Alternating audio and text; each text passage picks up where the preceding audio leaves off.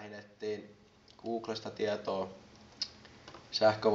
oman sähkövoimatekniikan raporttiin ja kirjoitin Googleen selektiivisyys, josta piti etsiä tietoa ja täältä tuli heti melkein tähän alkuun tämmönen ylivirtasuojauksen selektiivisyys teollisuusverkossa ja tänne oli merkitty, että se on Seinäjoen ammattikorkeakoulun sivuilta. Joku ei ollut annettu tarkemmin mitään tietoa siitä. Sitten mä latesin sen ja avasin, niin täällä oli merkitty tekijäksi Erkki Ruppa, SAMK ja Tekpo.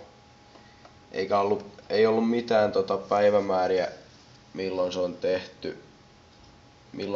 tehty ja mihin siitä on otettu tiedot. Ja lähdettiin sitten etsiin tarkemmin lähdettä, milloin se on tehty, onko nämä vanhaa tietoa vai uutta tietoa ja minkälaista. Ja kuka itse toi Erkki Ruppa kirjoittaja on. Ja Googlesta sitten, Googleen kun pisti, että Erkki Ruppa,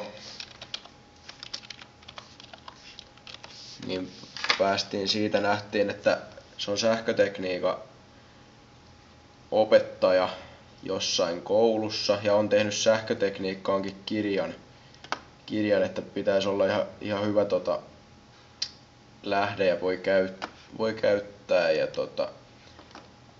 täältä nähtiin tää myös, että se toimii tai ainakin toiminut opettajana tuolla ammattikorkeakoulussa ja toi on ollut tää alkuperäinen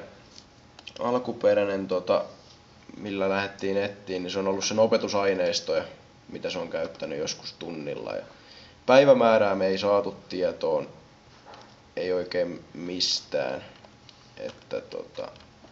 Mutta saatiin tiedettyä, kuka tämä Erkki. Aluksi luultiin, että se on oppilas tai jonkun oppilaan tekemä työ, mutta sitten paljastuikin, että on opettaja ja ihan hyvää ja käytettävää tietoa on.